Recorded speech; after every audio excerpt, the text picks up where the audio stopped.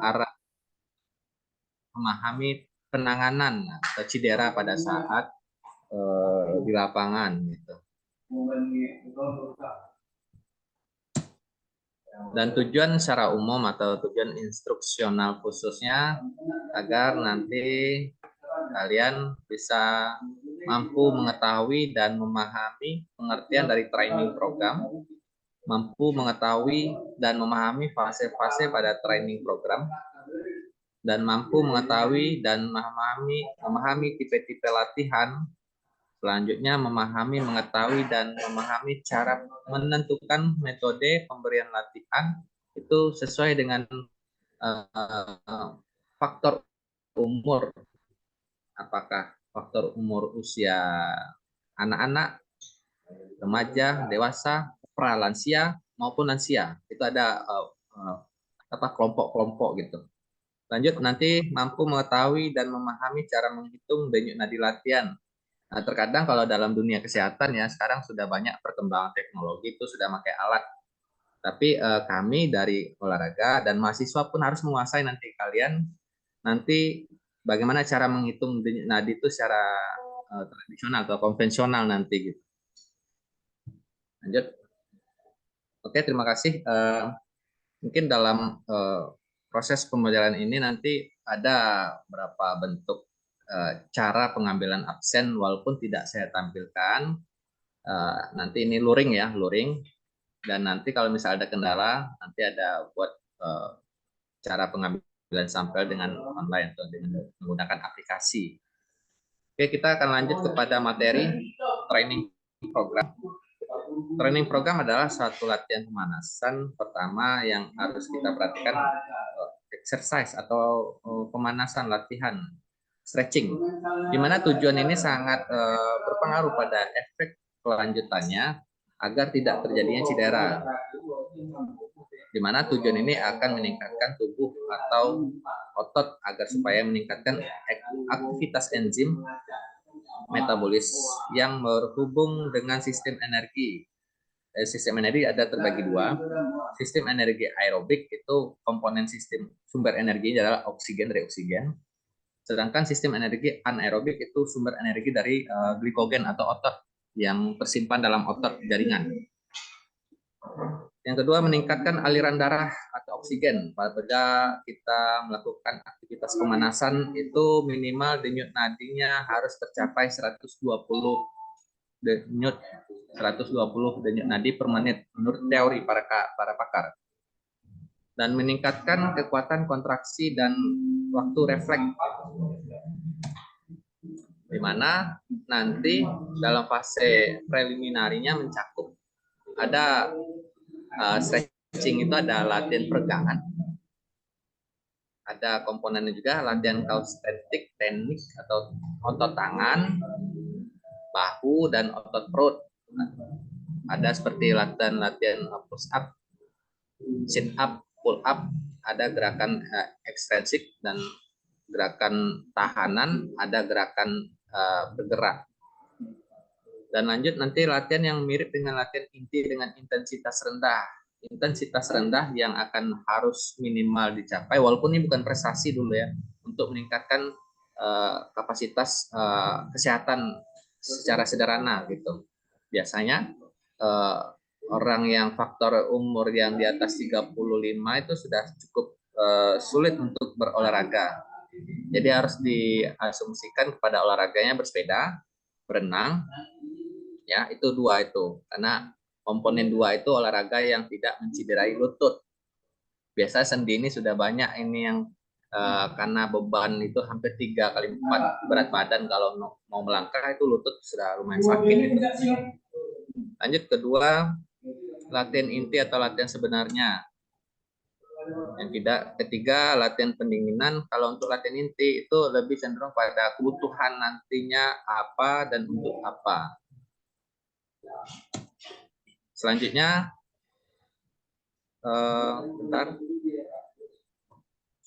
latihan pendinginan atau cooling down dengan melakukan latihan ringan segera setelah menyelesaikan suatu latihan inti atau kompetensi, di mana fungsinya ini akan mempercepat penurunan asam laktat.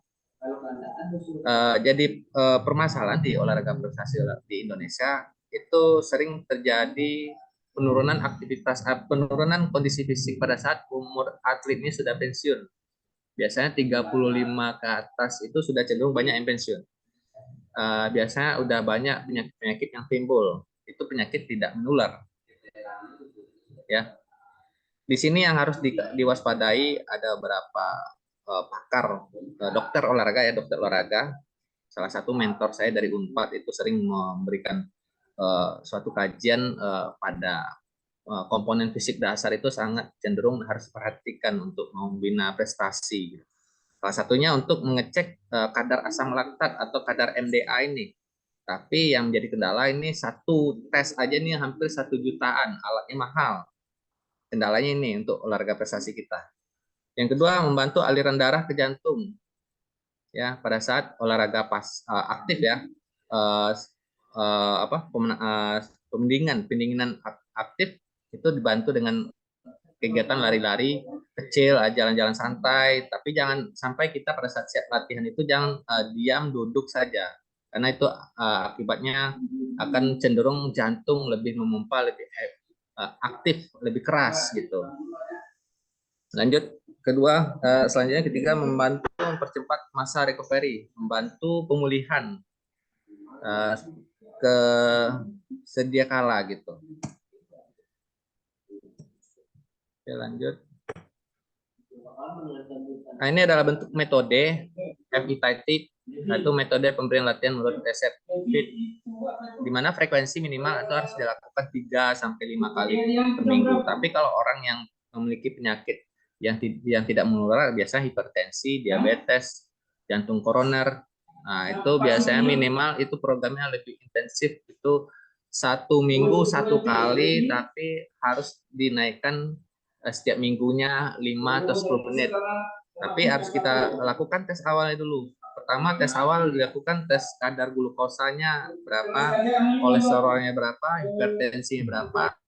Di sini sebagai tes awal, nanti pada saat kita tahu, kita akan tahu bagaimana program minggu keduanya kita naikkan berapa menit. Itu orang yang memiliki penyakit tapi tidak menular. Tapi kalau untuk prestasi, itu cukup hampir 4-5 kali, kadang sampai 1 minggu tuh full time, ada pagi ada sore, dikombinasikan nanti latihan fisik dengan teknik nanti. Lanjut, untuk atlet frekuensi mencapai 6 kali atau dalam seminggu, di dalamnya terdapat latihan beban dan latihan olahraga rekreasi atau refreshingnya, agar tidak terjadinya stres pada otot dan timbulnya imajinasi seorang atlet itu tetap terjaga gitu. Ada latihan imagery atau latihan mentalnya di sana gitu. Intensitasnya sekitar 60-80% dari denyut nadi maksimal untuk latihan aerobik atau daya tahan. Aerobik itu daya tahan ya. Kalau untuk 85-95% itu sub maksimal, denyut nadi maksimal. Untuk latihan anaerobik itu latihannya pada lokal, latihan otot khusus, tidak untuk jantung ya. Biasanya push up, sit up, pull up, latihan beban. Oke, lanjut. Seperti yang kita ketahui, untuk mengetahui denyut nadi maksimal para anak-anak mungkin bisa melihat dari pertama itu rumusnya ada sesuai dengan teori saya gambarkan. Misalnya denyut nadi maksimal sama dengan 220 dikurangi umur. Mungkin saya sebutkan salah satunya pada Ananda Rizka. Berapa umur Ananda Rizka? Kalau Pak Eri lihat umur saya berapa Pak Eri? Kurang tahu saya mungkin. Oke. Umur saya kalau bertanya untuk di mahasiswa umur saya 17 Pak Eri. Kalau Ya, untuk oke. atas itu 35 Pak Eri. Terima kasih. Saya kasih gambaran yang aslinya saja, nggak perlu yang ini. 30 ya. 220 dikurangi 35 berapa Bu? Ya, Nanda? Aduh, berapa tadi Pak? 220 dikurangi 35 berapa? 185 kalau nggak salah benar ya Pak ya? 185. Oke. 185 itu udah denyut nadi maksimal pada saat Ibu mau meningkatkan kebugaran. Pertama itu. 185 denyut nadi per menit ini denyut nadi maksimalnya harus tercapai. Kenapa? Kita harus mengambil dari denyut nadi maksimalnya untuk denyut nadi maksimal aerobik. Misalnya 60% ya, saya ambil 60%. Itu dibagi nanti dikali dengan 180 185. Oke, coba saya kasih gambaran sedikit sama Ananda Rizka. 60% dibagi 100 berapa? Sebentar, sebentar. Sebentar, Pak. Saya boleh ambil kalkulator dulu, Pak. Karena Ya, otak saya tidak muat. Berapa, Pak? Tadi 60 dibagi 100 berapa Ananda? 60 dibagi 100. Ya, 0,6, Pak. oke, 0,6. 0,6 dikali 185. 111, Pak.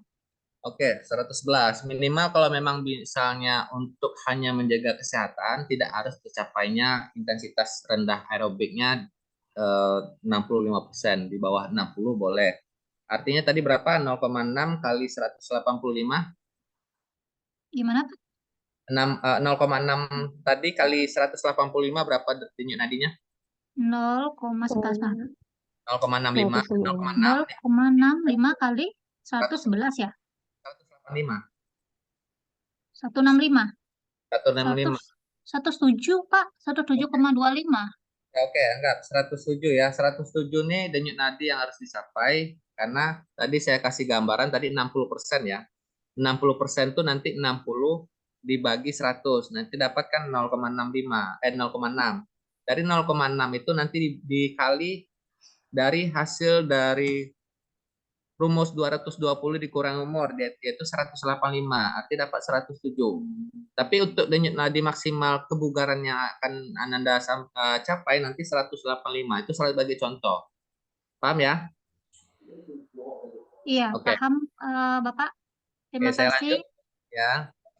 Ini salah satu contoh metode Karponen. Nah, ini ya denyut nadi istirahat misalnya 65 kali per menit. Dan juga ini untuk istirahat ya. Denyut nadi maksimal tadi misalnya 200 denyut nadi per menit. Nah, ini pencapaian maksimal ya. Pada saat ini kajiannya pada prinsip latihan ya, prinsip-prinsip latihan menurut para ahli. Pada saat prinsip latihan itu kan program dalam buat program latihan akan tercapainya dasar-dasar dari denyut nadi ini tersusun gitu. Oke, lanjut. Ini dia.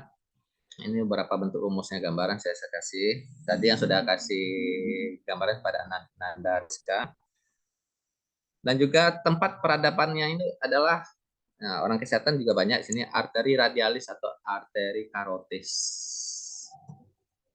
Nah, ini beberapa bentuk latihan tadi saya sebutkan tipe latihan aerobik dan latihan anaerobik. Ini latihan aerobik ini adalah cenderung pada mengembangkan jantung bersifat dinamis atau kontinu dan melibatkan otot besar.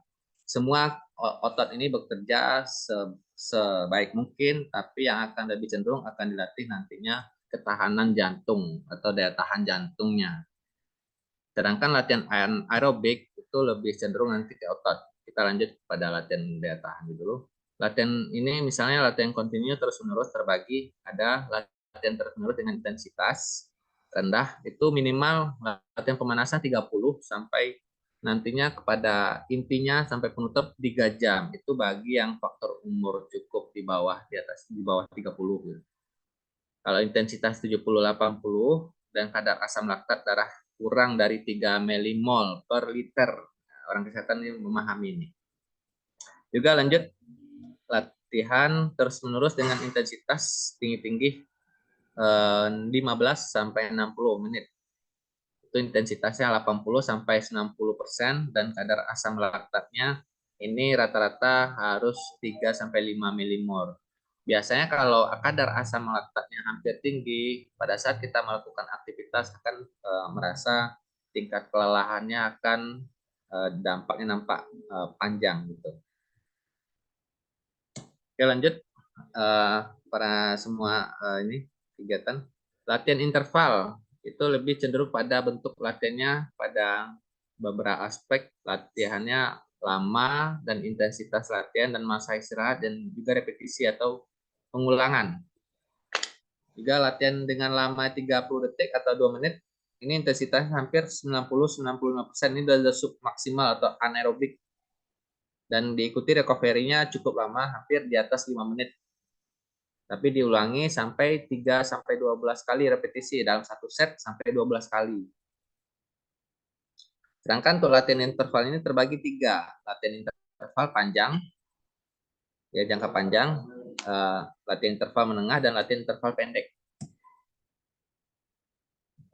Mungkin dalam beberapa bentuk gambaran yang saya kasih tadi, presentasi mungkin cukup dari materi yang saya sampaikan. Mohon izin pembimbing atau moderator, mungkin itu materi yang bisa saya sampaikan. Sekian, terima kasih. Assalamualaikum warahmatullahi wabarakatuh.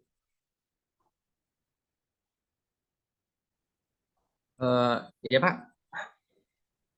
Terkait penggunaan itu kan banyak yang nggak kompatibel dengan laptopnya ya, permasalahannya. Apa yang Bapak rencanakan terkait dengan penggunaan teknologi dalam pembelajaran ini?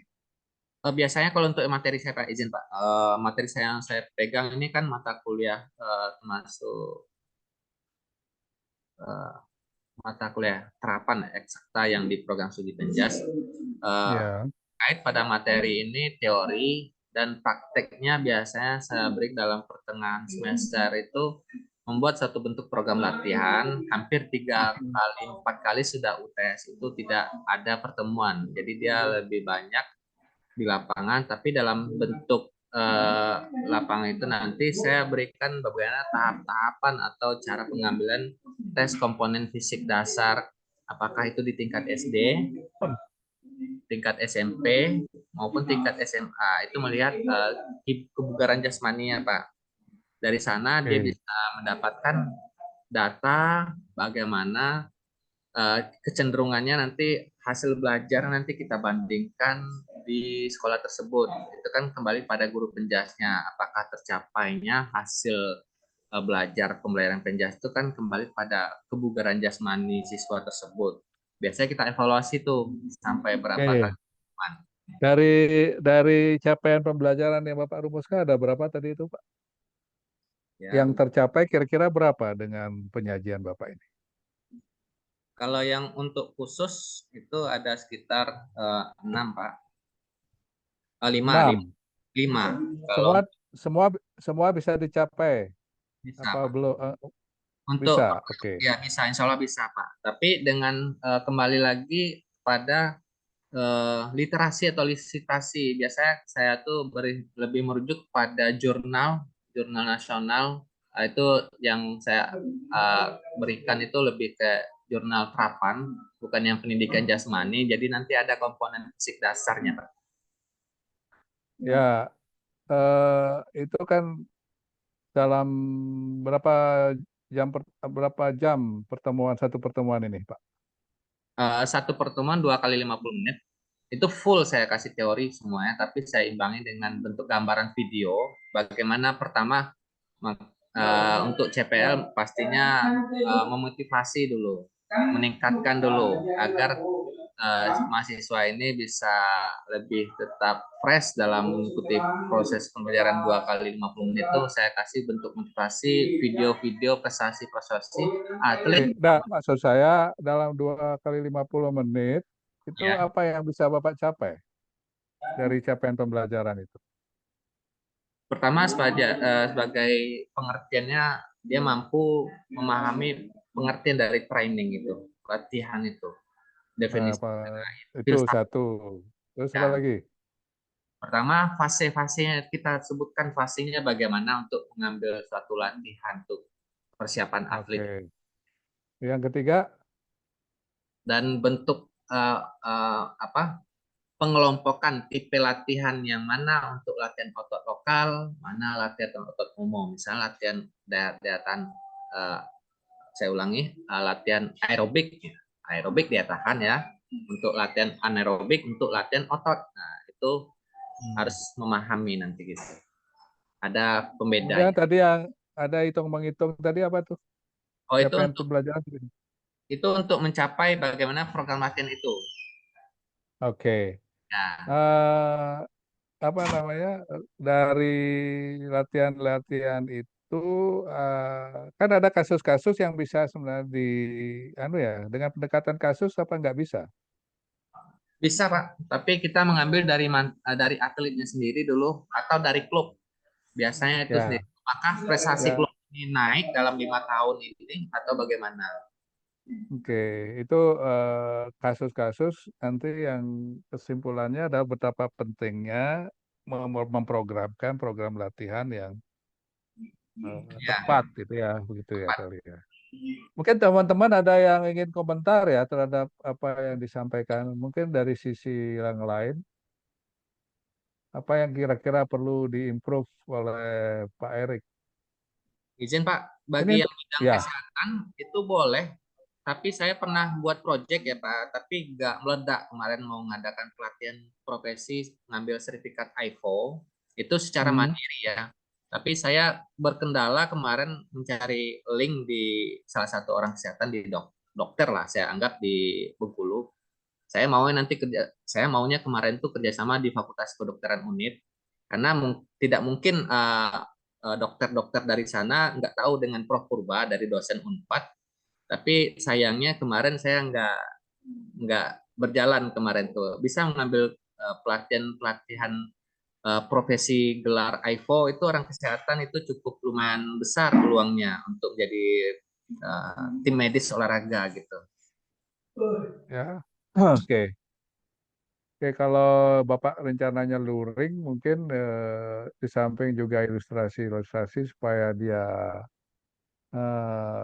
engagement dari atau keterlibatan mahasiswa yang optimal dan setiap mahasiswa bisa terlibat, mungkin ilustrasi-ilustrasi, kemudian hal-hal yang menginspirasi itu bisa dikombinasi dengan penggunaan teknologi ya, aplikasi-aplikasi yang memudahkan dia untuk berpartisipasi.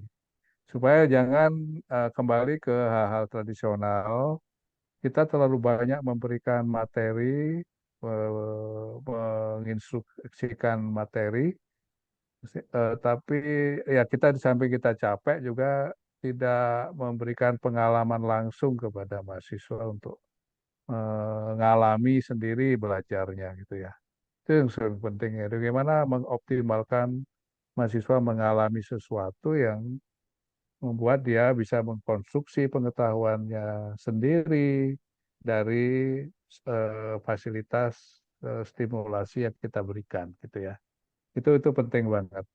Karena Ya, kalau kembali-kembali kita ngasih materi, terus kasih materi, kasih tugas, kasih kerjaan rumah, atau itu kembali-kembali ke masihnya kelasnya anu pakai flip kelas saja. Kalau Bapak ingin menguasai flip kelas terkait dengan blended learning ini, jadi kelasnya terbalik. Jadi penugasan dulu, bahan-bahannya dikasih dulu, kemudian kita minta untuk mendiskusikan di grupnya masing-masing.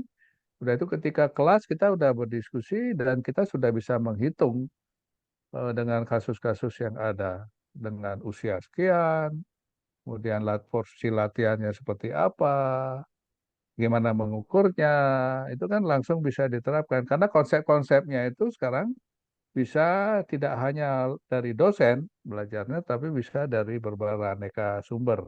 Dari video kah yang dilihat, dari tutorial pembelajaran yang sudah ada, yang mungkin lebih bisa memberikan pemahaman yang lebih mudah ya kepada mahasiswa. Saya kira itu catatan mungkin untuk improving terima ke kasih Pak. depan dalam pembelajaran Bapak Erik ya. Oke, Izin lanjut Pak, yang terakhir Bu Suni. Ya, silakan. kemarin waktu yang masih masa-masa COVID, saya pun pakai gaya mengajar pakai Google Classroom. Apakah nanti itu saya sering buat soal-soal objek dan juga ngambil absen di sana.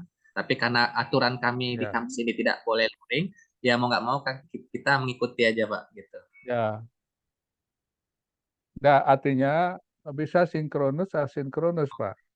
Ya, Kalau sinkronusnya Bapak live sinkronus, luring ya, live sinkronus namanya. Tapi yang asinkronusnya bisa lewat Google Classroom, LMS di Google ya, oh Classroom boleh. ya. Ya, kenapa tidak? Karena sumber belajar sekarang kan ada 4 ya. 4 ruang belajar. Ruang live sinkronus, virtual sinkronus seperti sekarang ini. Kemudian asinkronusnya di ruang belajar mandiri, itu namanya yang dari LMS itu ya mereka belajar mandiri di situ. Bahan-bahan Bapak bisa akses ke situ. Bapak bisa unggah ke situ di LMS. Di Google Classroom juga bahan-bahan juga bisa diunggah. Kemudian penugasan juga bisa lewat LMS. Kalau nggak punya LMS sendiri di kampusnya, bisa menggunakan Google Classroom antara lain. Itu juga LMS yang disediakan oleh Google. Termasuk juga absen bisa di situ. Kemudian semua link-link kita, bahan-bahan semua ada di situ. Jadi kita sedikit kalau mereka kita nggak bisa hadir gitu ya dalam karena ada tugas lain, itu bisa mereka belajar di LMS. Nah, jadi termasuk membuat catatan digital apa yang sudah dipelajari di LMS. Jadi mereka mengalami langsung. Jadi kalau enggak kita ketika di kelas kita nagih-nagih saja. Tagihannya apa yang sudah dipelajari, apa yang menjadi catatan digitalnya ketika belajar. Itu kita tagih ketika di kelas, ketika luring ya. Sehingga dia pemahamnya kalau ternyata dia sudah menguasai dengan belajar mandiri, ini harus dibiasakan nih belajar mandiri ini. Kemudian dia ternyata bisa menerapkan konsep-konsep itu dalam praktek gitu loh. Jadi Iya, Pak. teori itu sebenarnya bisa diakses tidak hanya dari dosen, dari aneka sumber belajar. Saya kira itu, Pak. Terima kasih Pak bimbingan dan masukannya.